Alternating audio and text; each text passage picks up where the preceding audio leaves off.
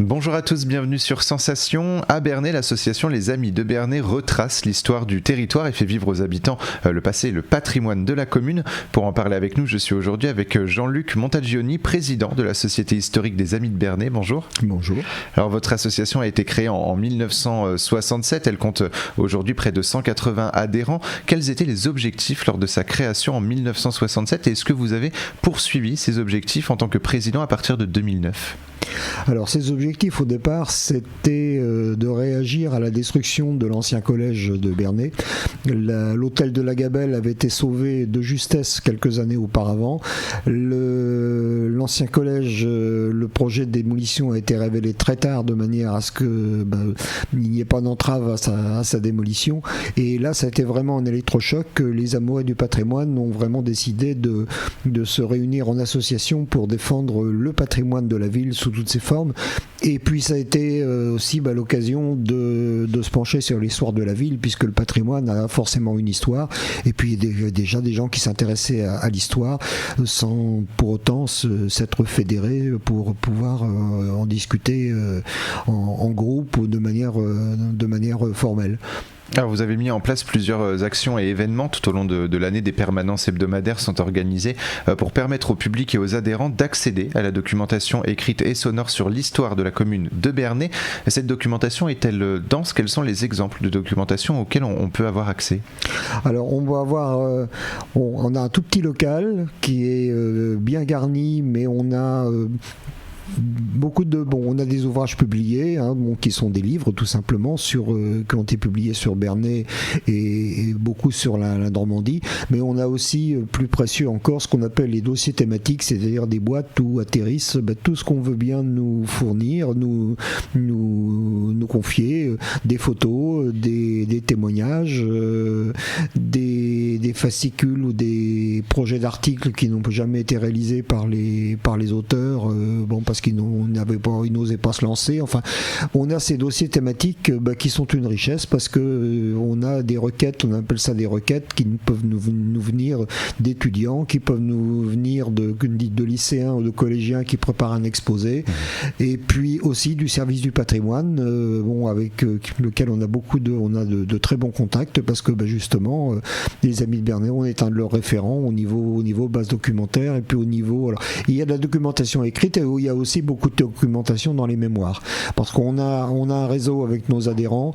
Quelquefois on peut nous envoyer des mails avec internet, on est visible du monde entier. On peut nous envoyer des mails concernant une personne qui veut retrouver la maison de ses ancêtres, ou alors qui veut dater une photo parce que ça a un sens pour elle. On a des requêtes comme ça qui sont très émouvantes. On comprend qu'il y a des personnes, c'est pour faire la paix avec leur histoire personnelle, elles ont besoin d'identifier une photo. Avec le réseau, c'est exceptionnel. C'est arrivé une fois qu'on échoue à ne pas pouvoir répondre à une question. Mais autrement, habituellement, avec nos adhérents, on arrive à trouver quelqu'un qui connaît la personne, qui connaît la réponse. On va le dire comme ça. Alors comment les habitants justement peuvent s'adresser à vous, et surtout comment est-ce qu'ils peuvent découvrir le patrimoine et l'histoire de Bernay à travers les Amis de Bernay ? Alors on a d'une part les conférences mensuelles, le deuxième mardi du mois, qui sont annoncées dans la presse, à la maison des associations. Elles sont libres, en entrée libre et gratuite. On a le bulletin qui est servi aux adhérents, mais qui est en vente en ville à l'office de tourisme, aux diplomates, et puis à l'éveil, et puis auprès des Amis de Bernay aussi. On peut rencontrer des bénévoles des Amis de Bernay tous les mardis après-midi entre 14 et 16 heures à la maison des associations. Et autrement, on a le bulletin, j'en ai parlé, mais on propose des animations plusieurs fois dans l'année. J'anime plusieurs visites de l'abbatiale. On a quelquefois des petites randonnées pédestres en ville. Et puis, chaque fois que l'occasion se présente, par exemple la semaine dernière à Bourg-le-Comte, il y avait une animation qui était plutôt à caractère sportif, mais qui était à Bourg-le-Comte. Bourg-le-Comte, c'est un quartier de Bernay qui a une histoire récente, mais qui a quand quand même une petite histoire. Donc on avait les amis de Bernay tenaient un stand et on donnait aux gens des tirés à part d'un article du bulletin consacré à la construction du quartier du Bourg-le-Comte. Voilà comment on contribue. Et puis après, on va dire, il y a les rendez-vous récurrents et puis après il y a tous les rendez-vous qui peuvent se prendre.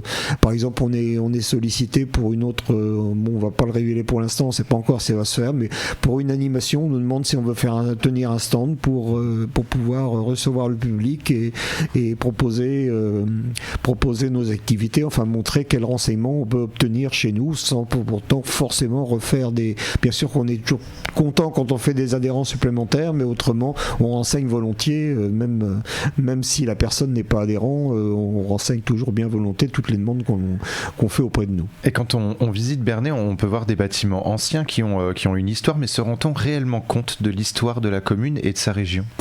Alors ça dépend de la sensibilité de la personne concernée.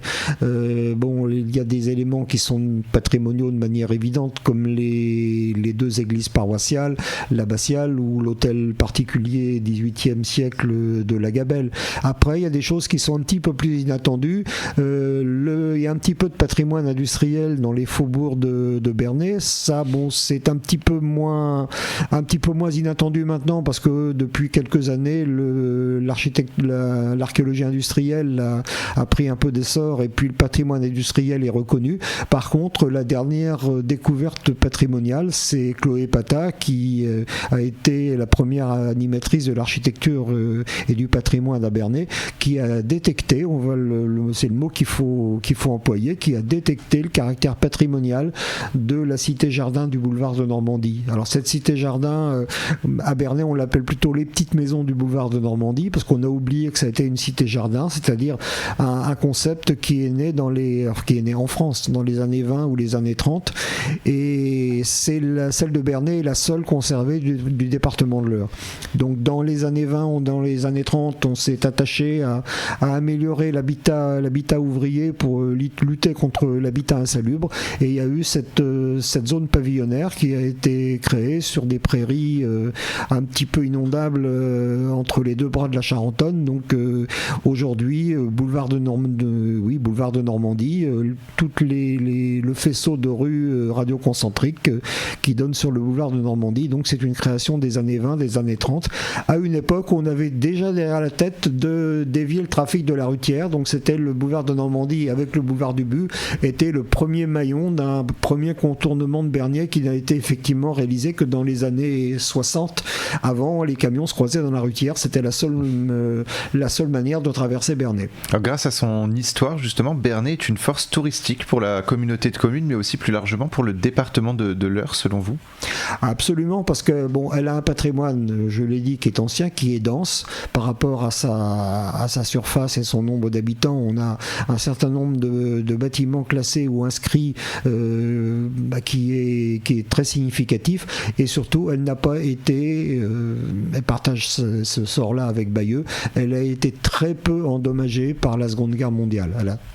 Il y a toujours eu trop de dommages puisqu'il y a eu des victimes.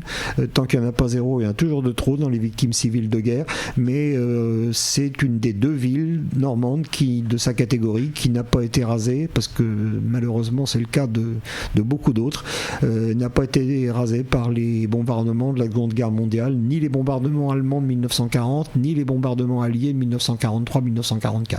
Donc pour conclure, Bernay est une ville chargée d'histoire et de patrimoine. Oui, alors donc là je vais révéler peut-être un petit dessous. Tout à l'heure vous me disiez c'est une ville chargée d'histoire, et j'avais rebondi en disant chargée d'histoire et de patrimoine. Donc effectivement elle est chargée des deux, quoiqu'au niveau de l'histoire on a un gros trou pour l'instant avant l'an 1000. On a beaucoup de mal à le combler, mais entre l'an 1000 et puis de nos jours, l'histoire elle continue de s'écrire. Merci beaucoup Jean-Luc Montalgioni d'avoir été avec nous sur Sensation. On peut notamment vous rencontrer lors des journées du patrimoine. Vous Absolument, organisez... oui.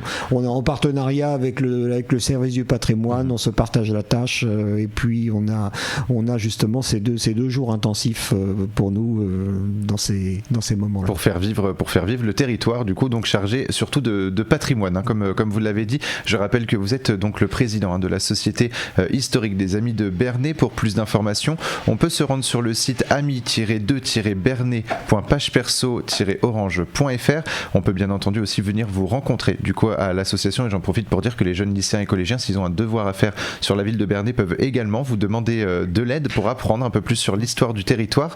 Et pour revoir ou réécouter cette émission, rendez-vous sur notre site et notre application Radio Sensation.